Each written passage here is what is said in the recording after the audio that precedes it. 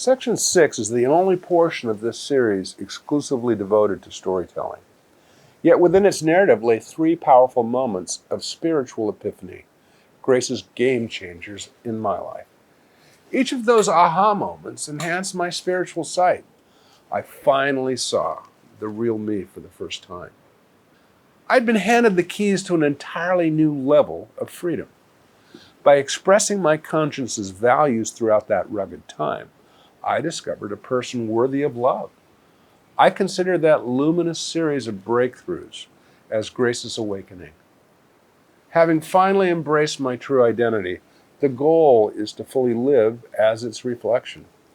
If I'm going to offer any inside baseball about Section 6, it is that no section of my autobiography was more difficult to write.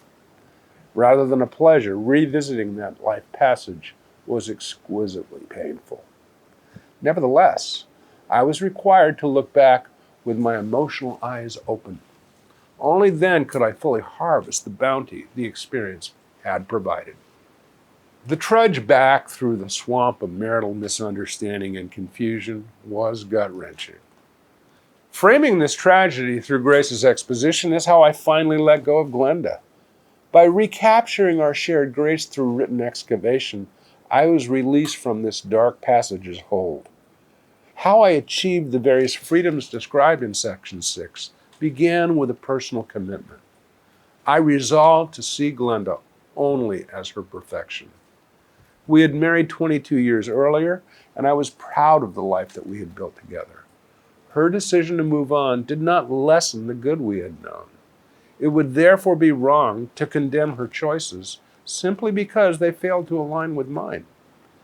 Glenda felt compelled to take the hard turn out of our marriage for a variety of reasons, most of which I could not see at the time. But I loved her enough to allow her to find her way without my condemnation. Sure, I felt awful. At that point, I'd never felt emptier. That emotional vacuum was then filled by Grace's epiphanies. With enhanced spiritual sight, I'd been set free. It's trite but true. The only way to hold on to something you love is by letting it go. Glenda may no longer be with me, but will always be a part of me. That is entirely thanks to claiming her perfection rather than what myself wanted me to see. Hey guys, look, if you're feeling stuck in life's darkness and could use some light, then reach out to me at the email address below. I promise I'll get back to you right away.